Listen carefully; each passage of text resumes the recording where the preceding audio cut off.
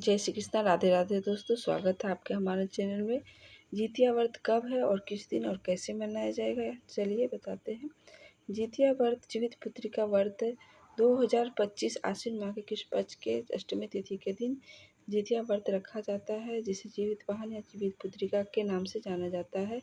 इस दिन सभी महिलाएं निर्जल उपवास करती हैं। यह व्रत मान्यता है कि अपने पुत्र की लंबी आयु के लिए रखा जाता है तथा घर की सुख शांति धन वैभव के लिए रखा जाता है।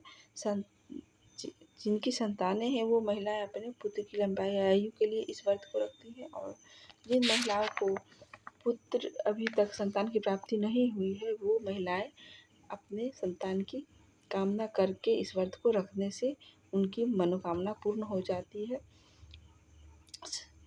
यह व्रत इस बार 2025 में मुख्यतः 3 दिन तक किया जाता है। इस बार सप्तमी को नहाय खाए है।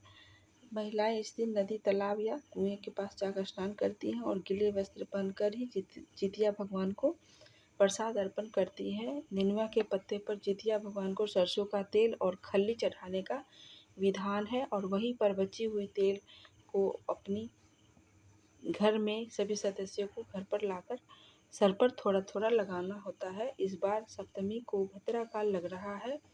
इस बार बिना समय का आपको बताते हैं पूजा का शुभ मुहूर्त। इस बार शुभ मुहूर्त है आश्विन पक्ष की सप्तमी तिथि को 13 सितंबर शनिवार के दिन सुबह 7:24 पर से शुरू होकर रविवार के दिन 14 सितंबर रविवार के दिन सुबह प्रसाद चढ़ाती हैं।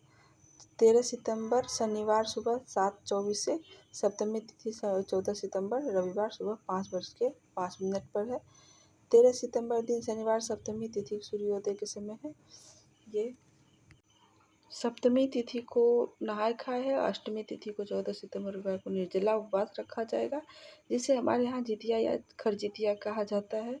इस दिन सारा दिन उपवास रखना होता है और उसके अगले दिन नवमी तिथि को पारण करना होता है, जिसका समय नवमी तिथि सुबह 3:43 पारण होगा। इस दिन महिलाएं व्रत रखने के लिए खोलने के लिए खीरे या फिर हमारे यहाँ कुसिया के राव का पानी के सहारे उसे निकाल लिया जाता है, यह मान्यता है। और इस तरह से पारण किया जाता है। नहाय खाए के दिन महिलाएं नौनी का साग खाती हैं और मरवा का आटा रोटी बनता है, यही खाकर रहना पड़ता है और उसके अगले दिन से उपवास रखना पड़ता है।